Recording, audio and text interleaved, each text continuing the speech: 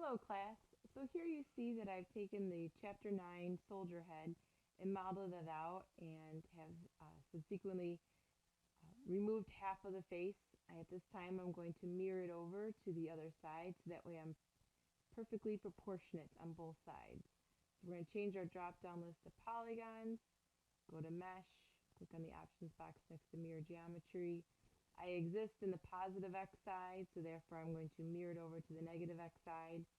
I'm going to uncheck merge with the original because if you look in the nose area and in the mouth area, there's a lot of vertices there, so I don't want to accidentally create myself a beak or a peak of sorts. So we'll click on the mirror button and it looks like this. At this time I'm going to take a brief moment to merge together all these vertices.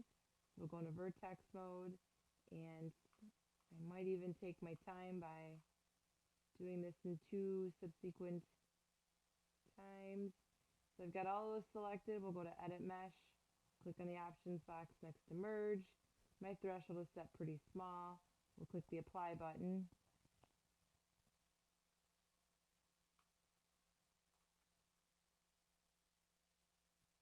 Repeat, we'll press apply.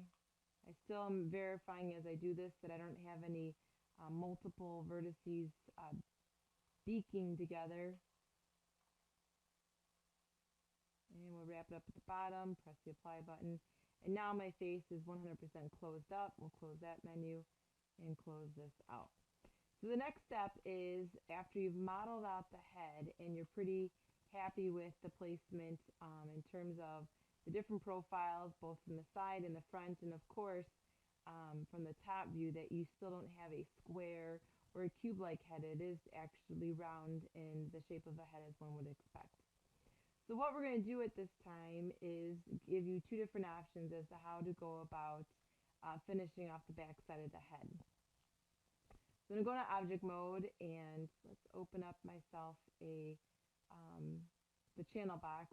Okay, so my templates are on their own layer, so I'm going to turn those off for a little bit, and then you can see my head is on its own layer right here.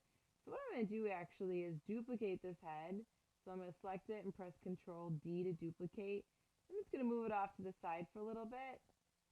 Okay, and then I'm going to add it to its own layer. And this new layer is going to be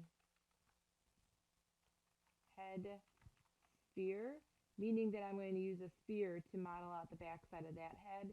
And this head on the left hand side, I'm going to use the Append Polygon tool. So I'm going to turn off the visibility on head sphere. I am currently working on just the head layer. That is this one on the left, which is my original character. So ways to go about modeling or closing up the back side using the Append Polygon tool.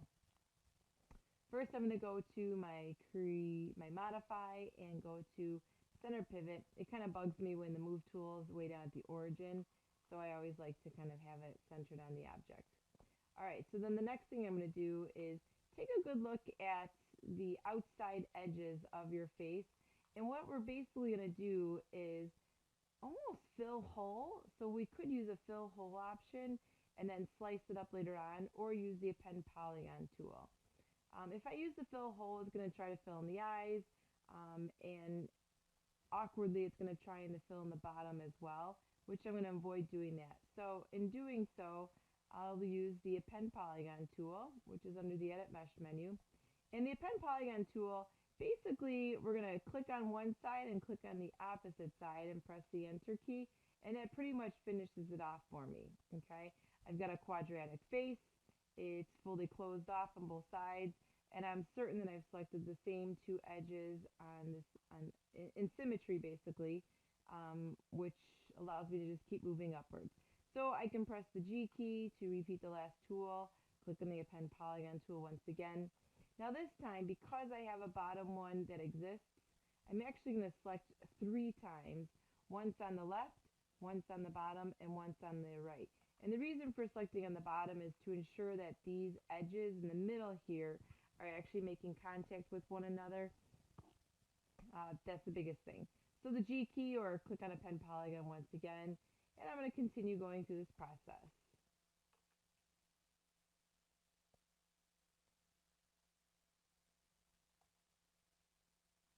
So So I've skipped ahead in the video. I basically have finished up to the back side. I've got to the top portion right here. I'm going to continue closing this up a little bit more. Very top here. Goal is to stay as quadratic as possible. Whenever you use the Append Polygon tool, you're always clicking on the edges, not on the vertices. Okay, so this last one, I'm going to give this little tug in here so that way I can get it nice and close. So we'll use the G key here. Close this off. I am aware I have a triangle, but nonetheless, we're going to do some closing up of our vertices a little bit, and it was an important thing to make sure that that gets closed up so that we don't have a hole at the top of his head. Okay, so we'll push that back down where I got it from. All right, so the next thing we're going to do is use the interactive split tool. The interactive split tool is ideal for splitting them straight down the middle of the back of the head. So interactive split, and again, the goal here is so that way we can be able to delete half the head and mirror it over if we so desired. Okay, so we'll zoom out a little bit. I got a very sticky mouse tonight. All right, so we're going to snap down at the bottom here, press the enter key, and it does a fine job of splitting up this head all the way down the middle. Okay, so now looking at the back side of the head, obviously it's very flat. Okay, so your options for rounding out the back side of the head are to use your soft select tool. You can also go into edge mode and just start tugging on these edges. We've got lots of different choices here. Okay, so in doing so, if I were to attempt to use the soft select, that's double clicking on your move tool. And when you double click on the move tool, the tool settings will open up, and at the bottom or in the middle area here, there's a soft select. Okay, so I'll go back into vertex mode. And the idea behind soft select is, let's say I were to select vertex mode, select a portion of these vertices right here. Okay, now because I have no other vertical lines, it's really just going to affect this one area. I did click and drag on purpose because it was the easiest way to select them, but I'll come back through holding down the control key and unselect any vertices that were selected on the front side of the mask.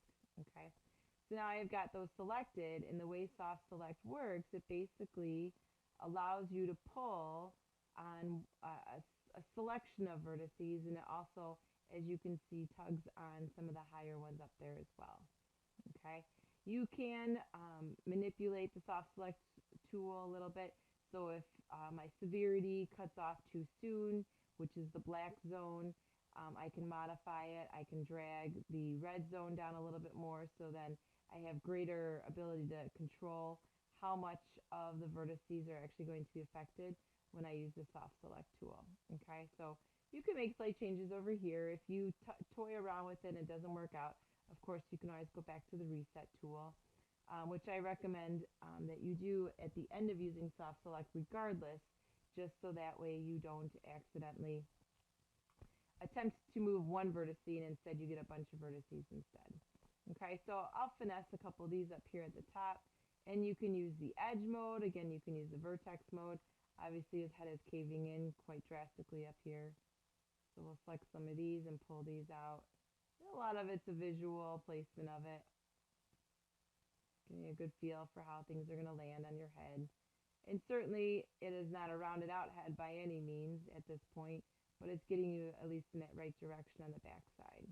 Okay, so this starts us off, and if I were to turn back on my templates, okay, you can kind of see from the side view, or the graphic side, press the 6 key, we'll look at this, where I'm going with this. Okay, so once again, I'll turn back on that soft select and vertex mode. We'll select a few of these up here and just give it a few more tugs, so we can make some slight adjustments to rounding out the head.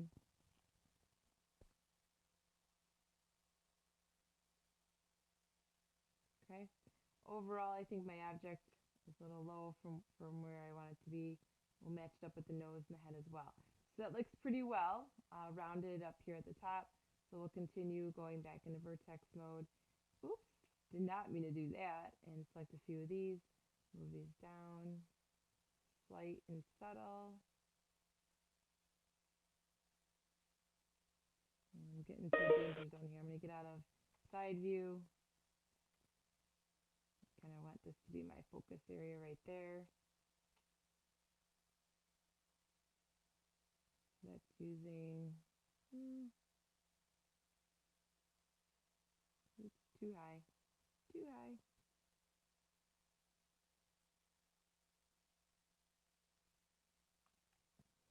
Okay, we'll turn off the soft select, and then again, I will just adjust a few of these on my own so it doesn't look like it's sticking out too much or too little. No flat heads, no bed heads here. Okay.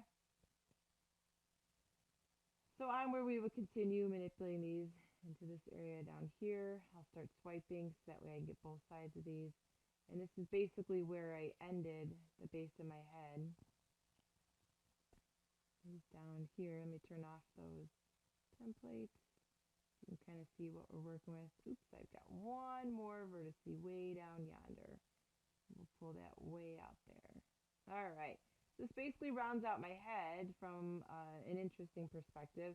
Likewise, now that I've got this overall shape here in a very minimalistic method of selecting very few vertices to get this point, and I am matching up with the silhouette of the side view, now I can go through and use my interactive split tool to continue to split down the back side of the head. And when I do so, obviously, I will continue to curve out these structures through here. So you see I've added in 2 vertical lines on the back side of the head using the interactive split tool. And then at the top here where I had that interesting seam, I actually just moved the vertices around a little bit so you could see that this was a quadratic area. Now obviously I've got an n-gon here to the right and to the left, and I've got a triangle to the right and to the left. And so as again, when I get closer to wrapping up the overall shape of my head, I'll come back through here and try to quadratic some of these faces by removing some edges and adding in edges where I can, eliminating the n-gons and triangles to keep everything as quadratic as possible. So onward I would continue with the method of turning on my soft select tool, and it's more of a visual placement when it comes time to how much to round out the head. I mean, you're ideally familiar with what heads look like and such. So I'm going to focus in on this one side of the head and see if I can give it some slight little tugs without modifying my move tool too much. You can see that I'm just going to kind of jig-jag and zigzag with the placement of these. Interactive split tool will automatically put the new edges in a center point between the front and the back of these 2 lines here. So if that's not where you wanted it, maybe you wanted it more in the back of the head versus in the front of the head, just select those edges, this whole edge area, and move it forward. For example, we can double click on this whole edge without soft select selected. And of course, if this is where it ends, so if you wanted it to be closer this way and pulled out that way, you have full ability to adjust the placements of these, okay, to kind of round out the head how you see best fit, dealing with any kind of collapsing at the top. So some different options inside of there, using the soft select tool is a fine choice. You did round out the back of the head and the side of the head, so you can see by my subtle movement of just moving this one edge, it actually doesn't need a whole lot of rounding out so much as if I use the soft select like I did on my left side here. I obviously use that a little bit more, and it's going to require more finessing and such.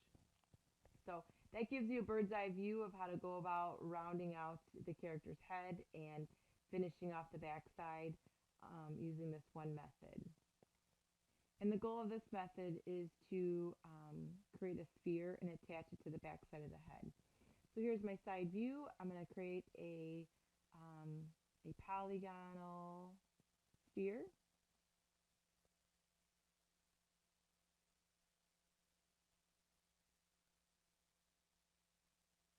About yay big. I'm going to give it a quick rotate. So we'll go 90 degrees this direction and kind of move it down and move it forward. And the goal here, as you can see where I'm actually placing it, is to kind of size it up for how it's going to best fit with my character's head. Okay, so in the whereabouts of right here is, you can see it's going to be a rather large head on the back side, but you're also seeing it being truncated at the bottom here, going in the bottom of the sphere, whereas we actually would need to pull down some of these edges and faces to make it look like he has a neck. Okay, so in doing so, we'll turn off our head for a second here, go into face mode on our sphere, and delete a little bit more than half of it. Okay, so we'll delete all those, and this is what we're left with. And so you can kind of see where we're at with this. Okay, so then the next goal here is to connect these two together. So click, shift, click, and let me move this back a little bit because we can always use the merge vertex tool to put these things closer. So I've got them separated a little bit so you can see where they are going to need to come together at the top and on the bottom. Click, shift, click, go to mesh, go to combine. Now they're one solid object. So they're combined once again using my merge vertex tool, which is under the edit mesh menu. The merge vertex is a great tool. It allows you just to click, shift, click on your nearby vertices. And so we're just going to start right here at the top and in the center and start matching up our vertices to wherever they best fit. And so make sure that as you do this, you have a good angle.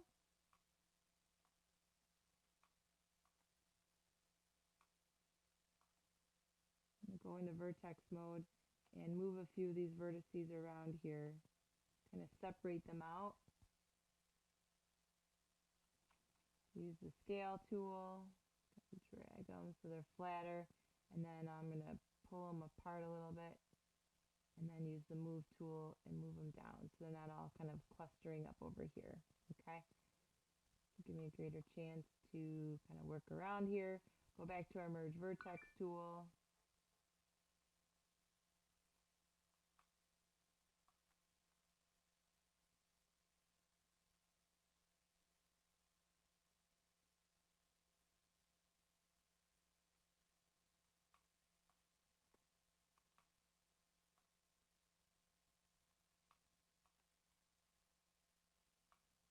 Very sticky mouse tonight. This little guy over here. Let's get out of that tool. Let's move these two vertices so we can see them a little better.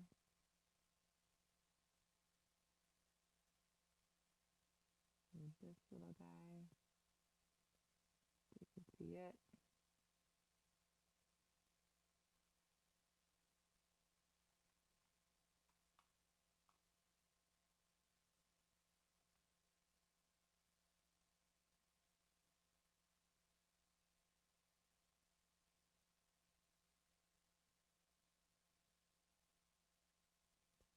Merge vertex.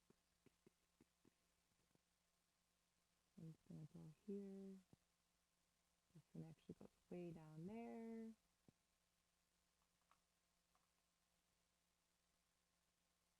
Oops, wrong one.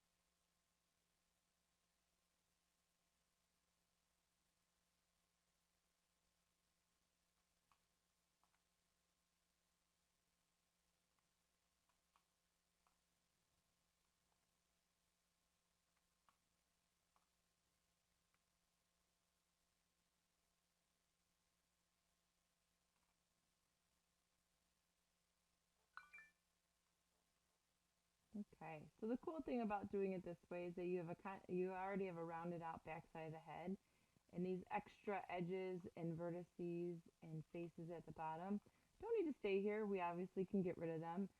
but we also could utilize their existence to finish off the neck area. So we'll pull those down, maybe pull on a few of these edges. And I'm just going to mirror this over to the other side, which is why I'm not really paying attention to the other side. Don't need that one. Nope, not that one.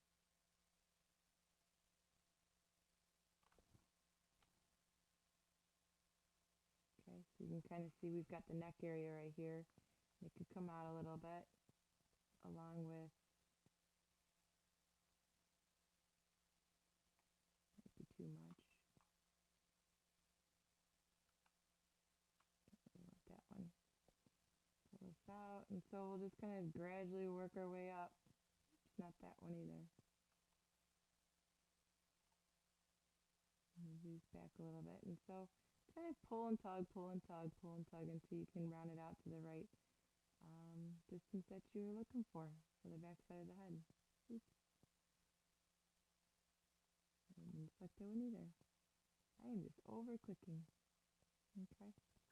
All right, so nonetheless, it's a very pretty straightforward process. If we were to simply go back into this mode right here with the transparency turned off, it would look like a pretty good looking back head. Obviously, I need to spend some more time on the neck area there, and then delete half of your character's faces in the front view and mirror it over to the other side. And so that's your other process of doing so. Okay, so those two different methods that you can go through to model out the back side of your character's head and then bring them back together again using our mesh.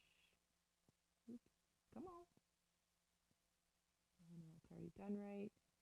Go back into vertex mode.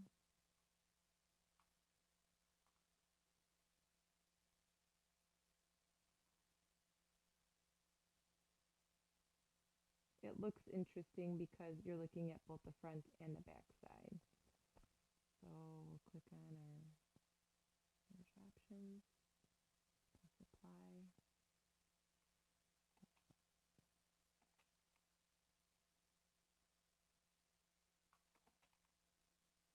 That took care of the back side of the head. So we're going to have to increase the threshold on the front side in order for it to work on the front side, which is no big deal.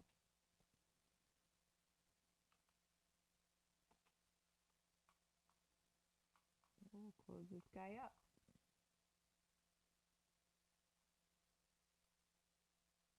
Do 0.0.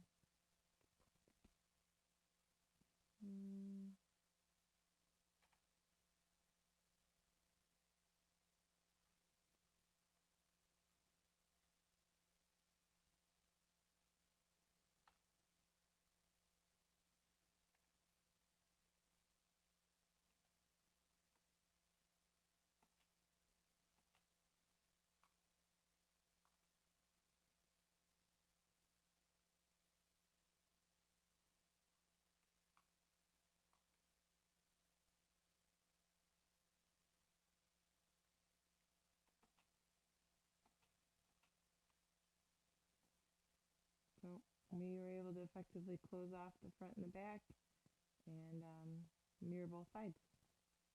So there you have it. Those are your two choices.